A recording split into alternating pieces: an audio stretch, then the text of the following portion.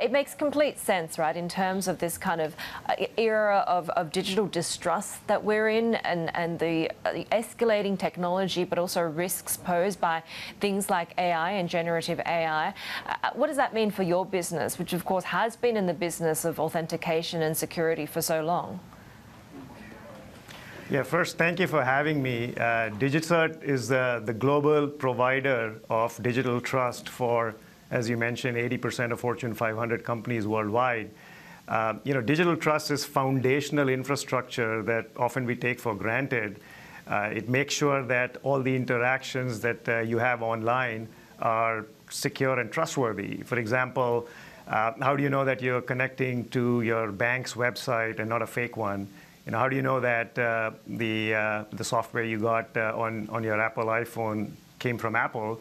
You may have signed a digital document. How do you know that it's not been altered after you signed it? How does a hospital guarantee that its critical medical systems haven't been tampered with? So all of this is based on digital trust, and under the hood is cryptography. And DigiCert's been the leading provider for over 20 years, enabling all of this infrastructure on the internet. Now, you mentioned quantum computing and generative AI. Happy to talk about it, but fundamentally, all of this trust is based on math problems that current computers can't crack. However, sufficiently stable quantum computers can easily crack all that math that is foundational to digital trust as we know it. So, as you're aware, IBM, Microsoft, Google, many nation states have been pushing quantum computers. I was very happy to see that Australia has decided to invest $1 billion in getting to quantum computers in Brisbane. Now, all of that is very exciting because quantum computers can solve problems that current computers cannot. For example, climate modeling, or discovery of new medicines, or even AI. But it's a double-edged sword.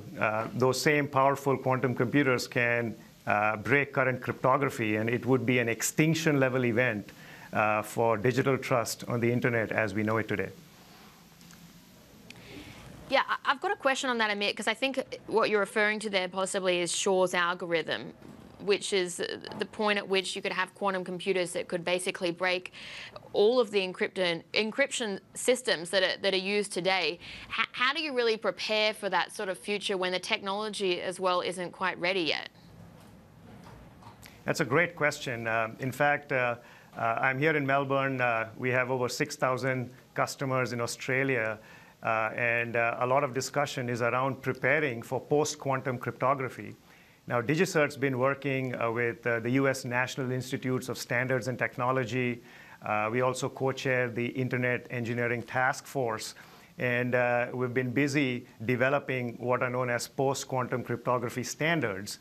Now, these standards are based on a new class of math problems that even quantum computers cannot crack. And those standards will be available later on this summer. And DigiCert's announced September 26, 2024 as the world's first Quantum Readiness Day. What progressive organizations are doing is basically preparing for crypto agility, which is the ability to upgrade their digital trust infrastructure to post-quantum cryptography standards. And it usually starts off with step one, which is discovery of all crypto assets within your organization. Just to kind of give you a simple example, how do you get your identity? I mean, you go to a passport office, and they check your documents, credentials, and they give you a passport. And now you can use that passport and go everywhere in the world. Now, think of an organization. That organization might have tens of thousands of servers, user devices, even users, organizations, software, content. All of that is protected using cryptography and digital trust. And so organizations need to have an inventory of all of those cryptographic assets, what algorithms are being used in it, and then prepare for automation so they can quickly upgrade to post-quantum cryptography standards if and when they are available. Now, you'd be surprised to know that messaging protocols such as iMessage and WhatsApp, more recently Zoom, they've all started switching to post-quantum key encapsulation that makes sure that even if there are nation-state actors that are capturing packets with the hope that once stable quantum computers are available, they can decipher it, they're still protecting their users using post-quantum cryptography. So DigiCert's kind of leading the way here, helping organizations with their trust lifecycle management, with discovery and automation tools so they can quickly upgrade to newer protocols as and when they get available. Yeah, it's interesting, Amit. That post-quantum cryptography, can you just give more context around that for people that are perhaps unaware of the risks from this sort of transition or technological advancement, and also that data that's now being switched across? Is that also being backdated, or could you have sort of bad actors in the system going back and getting historic data as well? That's a great question. And all of those are current threats. Even though stable quantum computers are not available, there's an attack called Harvest Now and Decrypt Later, where you can capture traffic on the internet that's encrypted using pre-quantum standards. And now you have stored it, and then you can use it later on to decrypt and get access to keys and other information. Similarly, there might be long-lived contracts. You might have signed a contract that has to, be valid for 20 years. With quantum computers, you can, break those signatures and alter the document and re-sign it. So, how do you make sure that long-lived documents, software that is out there, devices that are out there, have identities that can be trusted with the looming threat of quantum computers? If you take a look at the scope of the problem, it is fairly massive.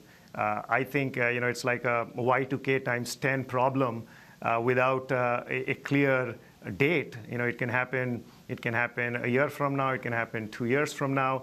But regardless of the time frame, the time for preparation is now, and that's what progressive organizations are doing.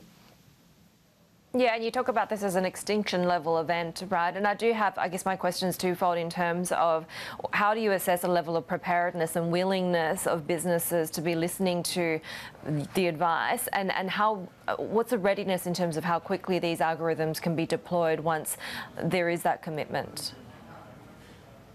Yeah, it's a great question. Most organizations, unfortunately, are not prepared.